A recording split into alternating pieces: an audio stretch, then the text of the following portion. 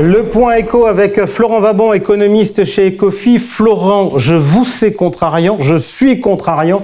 Tout le monde attend que je vous pose la question pour commencer de l'élection américaine. Je ne vais pas commencer par ça. J'aime bien prendre un peu de distance par rapport aux choses. Depuis qu'on vous voit en plateau, on a fait à peu près le tour du monde sur la partie économique. On a parlé de l'Europe, on a parlé des États-Unis, on a parlé du Japon. On n'a pas parlé d'une zone qui, pourtant, me semble-t-il, est une zone majeure, c'est la Chine. Il y a eu un plan de relance qui a été fait récemment. Est-ce que vous pourrez mettre un peu en perspective la situation de la Chine, je dirais presque depuis cet événement du Covid-19, qui a changé a priori beaucoup de choses? Beaucoup de choses, oui, effectivement. Alors, depuis la crise du Covid, tous les pays ont souffert du fait des confinements, mais la Chine n'a jamais retrouvé son sentier de croissance qui était le sien avant la pandémie. Pour une raison simple, c'est qu'à partir de l'année 2021, Xi Jinping a lancé une campagne qu'il a nommée la prospérité commune. Et la prospérité commune, pour lui, c'est une occasion de rétablir l'égalité au sein de la société chinoise. Et pour ce faire, il a notamment lancé un certain nombre de réglementations, en particulier dans le secteur de l'immobilier. Donc je ne rappelle pas l'affaire Evergrande, etc. Mais depuis 2021, on a une économie chinoise qui est en souffrance. En souffrance parce que jusqu'à présent, l'immobilier et la croissance de l'activité immobilière expliquait quasiment un tiers de la croissance du PIB chinois. Ça nous rappelle l'Espagne un certain temps. Ça nous rappelle l'Espagne un certain temps. Donc il y a cette volonté de désendettement. Ce désendettement passe dans un premier temps par l'immobilier, le secteur immobilier qui, d'après les mots du gouvernement chinois, avait un niveau d'endettement excessif. Et donc il y avait une volonté de corriger, de purger ce secteur-là. Et donc depuis 2021, les prix de l'immobilier n'ont cessé de baisser. L'activité immobilière n'a cessé de décroître. Et par voie de conséquence, ça s'est transmis dans l'ensemble de l'économie chinoise. C'est-à-dire que les ménages sont devenus de moins en moins confiants sur leur avenir, ont de moins en moins consommé. Les industries tournent de moins en moins parce que l'activité immobilière leur procurait des débouchés. Et donc, de ce point de vue-là, on a une économie qui croît à un rythme de croissance qui, nous paraît européen, nous paraît exceptionnel, de l'ordre de 5%, mais pour la Chine, c'est quand même très faible. On se rappelle qu'il fut un temps où, quand on n'avait pas une performance à 2 chiffres pour la croissance chinoise, exactement, on considérait qu'il y avait de gros problèmes. Est-ce que quelque part, Xi Jinping n'acte pas la démondialisation? C'est-à-dire, finalement, revenir sur un marché plus domestique et le fait de se dire que le concept de la Chine, usine du monde, a priori, le monde ne va plus l'accepter. Il y a un peu de ça, et puis j'ai envie de dire, il s'adapte aussi au contexte économique mondial. C'est-à-dire que la plupart des pays ont aussi cette volonté. On parle de réindustrialisation en France, on parle de relocalisation aux États-Unis. Donc il y a aussi cette volonté de la part des pays développés de ne plus dépendre totalement de la Chine. On parle aussi même d'un nouveau mot de dérisquage qui consiste à diversifier ses partenaires commerciaux pour ne pas subir justement ce qui s'est passé pendant le Covid, c'est-à-dire que vous aviez besoin d'un produit, d'une matière première, et vous ne l'aviez pas parce que la Chine était fermée.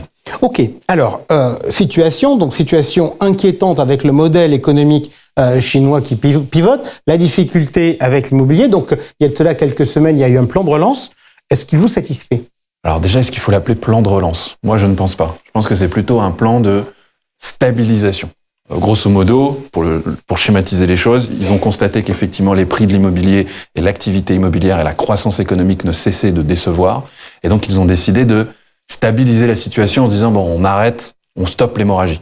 Mais pour moi, c'est pas un plan de relance. Parce que on se rappelle par exemple de la crise de confiance de 2015-2016, les mesures qui avaient été lancées par les autorités budgétaires et monétaires ont été beaucoup plus importantes en termes de pourcentage de points de PIB. Aujourd'hui, on est 2 à 3 fois moins que ce qui s'est passé en 2015-2016. Donc la réponse des autorités, à la fois budgétaires et monétaires, est assez timide en réalité. Donc pour moi, c'est plus une volonté de stabilisation de la situation en se disant il faut faire attention. Donc vous pensez qu'il y aura d'autres opérations en 2025 ? Je pense qu'il faut s'attendre effectivement à ce qu'il y ait plus de choses en 2025. Qui plus est peut-être dans un contexte où aux États-Unis, il y a l'élection d'un nouveau président. Mais alors justement, on y va directement. Trump, la Chine, c'était pas le grand amour. Est-ce que le résultat des élections, qu'on aura peut-être demain matin ou peut-être pas, si jamais il y a des incertitudes sur un certain nombre d'États, est-ce que Trump ou Harris, ça change des choses dans les relations à la Chine? Alors, Trump et la Chine, c'était pas le grand amour, mais Biden et la Chine, ça n'était pas non plus. C'était presque une forme de guerre froide. Donc en réalité, que ce soit Kamala Harris ou que ce soit Donald Trump, les relations avec la Chine, d'un point de vue commercial, d'un point de vue des tarifs douaniers et de la manière dont circulent les biens et les produits, seront de toute manière tendues. Alors, dans le cas où c'est Donald Trump, là c'est sans équivoque, puisqu'il a dit qu'il allait mettre des tarifs douaniers beaucoup plus conséquents que ceux qu'il veut appliquer aux autres pays. Donc il a vraiment décidé de partir en guerre contre la Chine. Donc là, forcément, ça va se tendre. Mais il ne faut pas croire qu'avec Kamala Harris, ça va se détendre. Ok, donc grosso modo, ça ne sera pas la même approche, mais sur le fond, les relations entre la Chine et les États-Unis sont difficiles. Trump ou Harris, qu'est-ce que ça change? Non pas d'un point de vue politique, mais d'un point de vue économique. Alors d'un point de vue économique, on peut dresser grosso modo 4 scénarios. Il y a 4 embranchements qui s'offrent à nous. On peut avoir une vague rouge, c'est-à-dire que Donald Trump est élu et en plus il a le pouvoir total avec lui. Donc le Sénat. Donc rouge, c'est pas les communistes, c'est les républicains. C'est les républicains. D'accord. Ouais, pour faire le parallèle avec la Chine. Donc cette fameuse vague rouge. C'est assez paradoxal ce que je vais dire. C'est-à-dire que Donald Trump, grosso modo, en synthèse, son programme se base sur une baisse des taxes, une hausse des tarifs douaniers. Ces deux éléments mis bout à bout, ça aboutit, selon nous en tout cas, à une économie américaine qui repart en surchauffe. Aujourd'hui, elle croît à son potentiel, grosso modo. Donc une économie américaine qui se porte bien. Si on baisse les taxes, ça va être encore plus chaud. Donc inflationniste. Donc inflationniste, mais par la demande. Par l'offre aussi avec les tarifs douaniers, mais par la demande, selon moi. Et ça a même des implications pour le monde, parce que si l'économie américaine est en surchauffe, ça réchauffe aussi le monde entier. Donc, pour les banques centrales, typiquement, de manière assez paradoxale, encore une fois, ça veut dire que okay, ça a l'air positif d'avoir plus de croissance. Mais plus de croissance par la demande, ça induit plus de croissance et d'inflation. Et donc pour la Banque centrale américaine, ça va la rendre nerveuse. Donc Trump qui gagne tout, pas bon. Qu'est-ce qui est le meilleur scénario d'un point de vue économique, en termes d'équilibre entre croissance et inflation? Je dirais que c'est l'élection de Kamala Harris avec un pouvoir partagé avec les républicains. Ok, donc une bonne vieille cohabitation à l'américaine, où on est obligé de négocier. Question justement, vous parliez de la Fed. 2 questions sur les taux. Les taux longs ont flambé aux États-Unis. Pourquoi? Pour 2 raisons. Pas nécessairement celles auxquelles tout le monde pense. Pas pour les raisons qu'on pense, c'est-à-dire pas Trump. Enfin, à mon sens, c'est de second ordre. La première raison, à mon sens, c'est plutôt des anticipations de politique monétaire qui ont été modifiées. Si on traverse le temps et qu'on se rend au 18 septembre dernier avec la conférence de presse de Jérôme Powell. Jérôme Powell baisse les taux de 50 BP. Et il dit que, grosso modo, il va poursuivre à peu près son cheminement, peut-être pas 50, mais 25 à plusieurs reprises.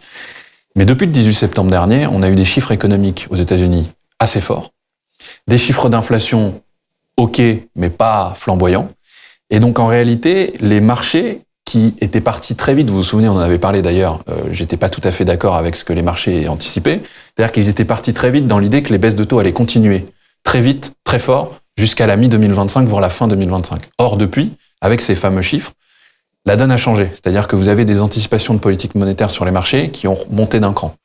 Et donc, forcément, ça a un effet sur les taux à long terme. Et puis, évidemment, alors je parlais de Trump de second ordre, mais c'est quand même un élément important. Il est venu se greffer à tout cela. Et donc, depuis le 18 septembre dernier, les taux d'intérêt, grosso modo, sont passés de 3,7, 3,8 à 4,3. Est-ce que la réunion de la Réserve fédérale qui tombe mercredi et jeudi, on aura ou on n'aura pas le résultat? Est-ce qu'elle tombe mal? Elle tombe mal, oui, par essence. Mais selon moi, la décision est scellée. Je pense qu'ils vont... Alors, en toute honnêteté, je suis assez partagé. Parce que il y a à la fois une justification pour le fait de ne rien faire, non pas pour des raisons électorales. Encore une fois, moi, j'y crois pas du tout à cet élément-là. Mais est-ce que quand on a fait 50 points de base la fois précédente, c'est pas que cette fois-ci on fera rien? Pour se redonner des marges de manœuvre? Moi, je pense qu'il y a une plus forte probabilité que ce qu'anticipe le marché qu'elle ne fasse rien, pour une raison simple, c'est qu'effectivement, l'économie américaine, depuis le 18 septembre dernier, n'a pas montré de franc signe de faiblesse, ni même du point de vue de l'inflation. Après, elle pourrait être tentée de faire 25 pour continuer le mouvement, essayer de stabiliser un marché de l'emploi qui ne se détériore pas, mais qui n'est pas non plus extrêmement enthousiasmant. Et donc, en réalité, pour moi, les 2 scénarios sont possibles, alors que le marché, lui, n'anticipe qu'un seul embranchement, à savoir une baisse de 25 BP. Est-ce que ça va être influencé par les élections? Non. Par contre, le mois de décembre, oui, il va y avoir une influence. On retraverse un océan à la nage, on arrive en Europe. Est-ce que Christine Lagarde est toujours royale au bar? Moi, je dirais même autre chose, je dirais faute avouée, à moitié pardonnée, puisqu'effectivement, ça fait un moment que je viens dans cette émission et que je dis que la BCE se doit de saisir l'opportunité de baisser les taux par nécessité, parce que l'inflation baisse, parce que la croissance économique n'est pas au beau fixe. ouf, c'est finalement ce qu'elle a fait. Donc la BCE s'est saisie de cette opportunité. Elle a baissé en septembre, en octobre. La dernière fois que je suis venu sur le plateau, j'avais dit qu'elle baisserait en octobre et c'était pas du tout le consensus. C'est ce qui s'est passé. Nous, on anticipe toujours qu'elle va baisser en décembre, puis en janvier. Mais qu'après, ça n'est pas très clair, pour 2 raisons. La première, c'est que l'inflation remonte, là, pour des raisons d'effet de base énergétique, c'est statistique. Mais à mon sens, elle va remonter aussi parce que la croissance économique en zone euro, en tout cas selon nos anticipations, va être plus élevée que ce que pense le consensus. Parce que la consommation va repartir, parce que l'investissement va repartir, et parce que aussi, finalement, nous n'avons pas d'anticipation de récession aux États-Unis. Alors bien entendu, c'est dépendant du scénario des élections, etc. Mais quand bien même, on a dans nos prévisions de croissance une croissance plus élevée en zone euro. Et ça ne nécessite pas, pour reprendre mes termes, de baisser les taux davantage en 2025 et de peut-être prendre un peu plus son temps. Alors que le marché, lui, encore une fois, est dans un scénario où il anticipe des baisses de taux quasi continues sur 2025. Et ça, j'achète pas. Donc, si je résume, vous avez été contrariant par rapport au marché parce que vous prévoyez plus de baisses de taux que le marché tout au long de l'année 2024, et vous êtes contrariant en prévoyant moins sur l'année 2025. Je suis pas contrariant pour être contrariant. Alors justement, est-ce que vous êtes contrariant ou pas? On voit que les flux sur les fonds actions sont en forte baisse ces dernières semaines, donc finalement l'appétence sur le risque est relativement faible. Est-ce que vous trouvez que le risque est croissant sur les actifs risqués? Le risque est croissant sur les actifs risqués, ne serait-ce que d'un point de vue du fait qu'on a une élection majeure aux États-Unis qui est en train de se dérouler. Donc forcément, ça nécessite un peu d'attentisme de la part des investisseurs. Après, vous l'avez mentionné, il y a le fait que les taux d'intérêt ont augmenté, et donc ça, c'est pas nécessairement très bon pour les actifs risqués. Et donc, s'agissant des actifs risqués, si on est dans un scénario de vague rouge que je décrivais tout à l'heure, et que les anticipations de politique monétaire se recalibrent, moi, je considère que ça n'est pas du tout bon pour les actifs risqués. Maintenant, toute chose égale par ailleurs, si les États-Unis n'entrent pas en récession, ou que la Fed n'a pas besoin de faire entrer l'économie américaine en récession pour des raisons d'inflation, et que l'économie européenne croît encore plus que son potentiel comme nous l'anticipons, c'est pas nécessairement mauvais pour les actifs risqués. En revanche, pour les taux, c'est pas la situation, c'est pas la meilleure des situations, parce qu'il y a à la fois, et là ça nous ramène à notre précédente émission sur la prime de terme, ça nous ramène à la question des déficits pour les États, partout dans le monde, on l'a vu avec le cas du Royaume-Uni il n'y a pas très longtemps. Ça nous ramène aussi au fait que l'inflation en moyenne, à mon avis, va être plus élevée que la période précédente avant la Covid. Et donc tout ça milite pour un environnement de taux un peu plus élevé. Donc ça veut dire que les taux d'intérêt vont pas se détendre de manière exceptionnelle, mais il y a du portage. Et donc de ce point de vue-là, sur des classes d'actifs comme les obligations d'entreprise, il y a des opportunités qui se créent. Merci beaucoup Florent Wabon. Tout de suite, le point marché avec Nadine Trémolière.